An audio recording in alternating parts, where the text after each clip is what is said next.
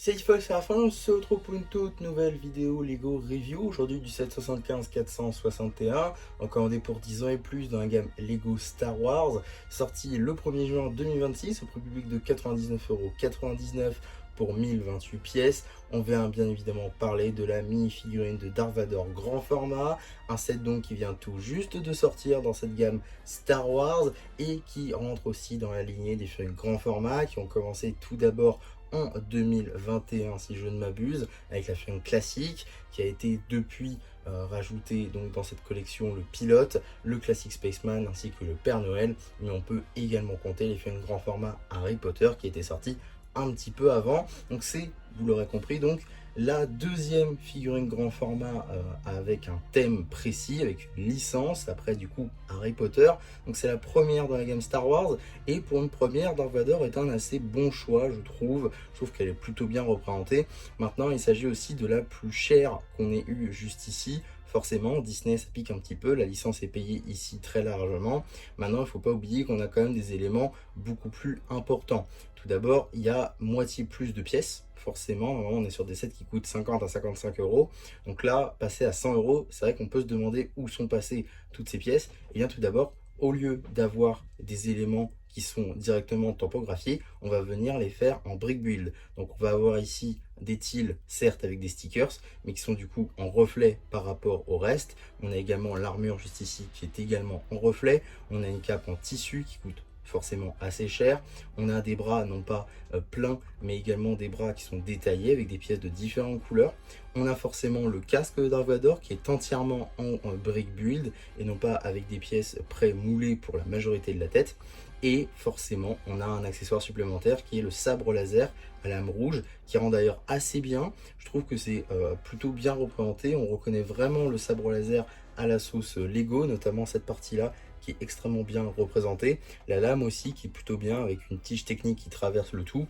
Et on a même des tiles, je vous les retire d'ailleurs, des tiles transparentes comme ceci, en rouge transparent justement, qui rendent vraiment très bien pour finaliser le bout. Donc ça c'est quand même plutôt cool. Comme je l'ai dit, on a des stickers, 0 pièces topographiées dans ce set, c'est un peu dommage. Donc on a des stickers ici, ici, ici, ici, ici, ici et ici. Donc ça fait, c'est vrai, un peu beaucoup de stickers, je trouve. Ils auraient peut-être pu topographier les pièces pour ce prix-là. En tout cas, comme toutes les autres figurines, on a des articulations juste ici au niveau des jambes, qui ont été d'ailleurs améliorées. Avant c'était plus facile de bouger, maintenant c'est à tic, donc c'est avec des engrenages, alors qu'avant c'était avec des barres techniques, donc c'est un peu plus solide comme ça. Ça a été amélioré notamment avec le Classic Spaceman assez récemment, ce qui est la dernière en date, avant le Dark Vader évidemment.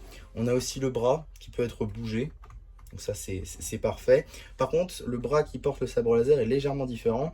Tout d'abord, eh bien, il tient le sabre laser, il n'est pas juste posé dessus, il est dans la main directement, donc il est construit avec.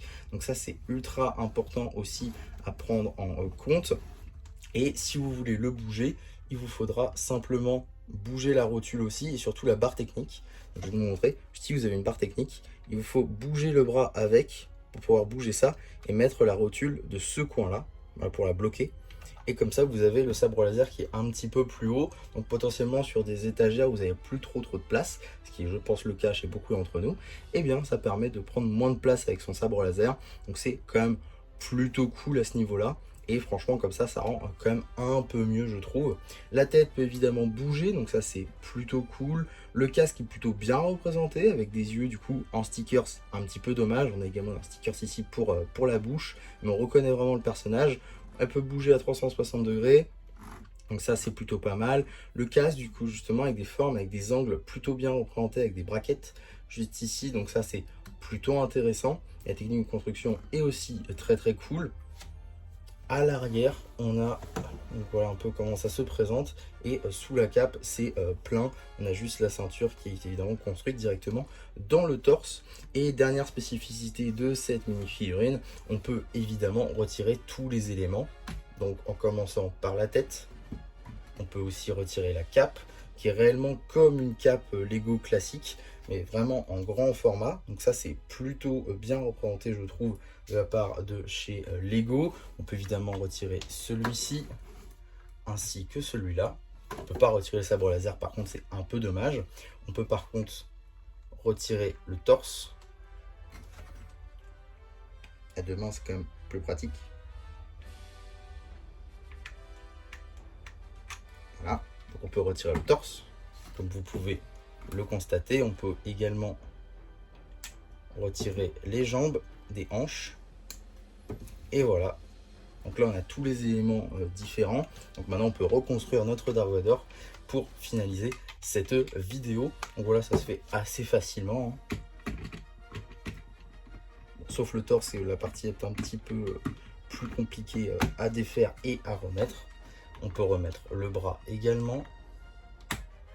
Voilà, on peut remettre l'autre bras aussi. Tac. Une autre partie un petit peu compliquée des fois peut être la cape. Il faut donc passer comme ceci. Et aussi comme ceci. Et voilà, on a donc une cape qui est autour du cou de notre mini-figurine. Et on peut enfin venir placer la tête pour bloquer la cape et aussi finaliser du coup notre chaîne de Dark Vador. Et mine de rien, bah, ça rend quand même assez bien. Donc c'est une pièce de collection quand même plutôt cool à avoir quand vous êtes fan de Star Wars, mais également quand vous êtes fan de la lignée des figurines grand format comme moi. En tout cas, voilà pour ma review sur ce set. Globalement, une pièce de collection plutôt intéressante pour tous les fans de Star Wars. À mettre à côté du logo, ça va rendre extrêmement bien, je pense. En tout cas, dites-moi ce que vous pensez de ce set. Pour moi, c'est un grand oui. Peut-être attendez qu'il baisse un petit peu. Pour l'instant, il a l'air d'être une exclusivité Lego Store. Il finira par arriver dans d'autres magasins. Je sais qu'il est déjà en promotion, par exemple, à Cdiscount. Donc, évidemment, ça ne restera pas une exclusivité tout le long de sa vie sur les rayons. Il arrivera peut-être même à Smith Toys ou autre, donc attendez un tout petit peu pour ce set là, des fois que vous arriviez à le trouver un petit peu moins cher, et ça sera très bien pour ce magnifique set Lego Star Wars. En tout cas voilà pour cette vidéo, j'espère qu'elle vous aura plu. Surtout n'hésitez pas à me dire en commentaire, n'hésitez pas non plus à liker la vidéo, à vous abonner, à partager, et moi c'était MC qui vous dit bye bye.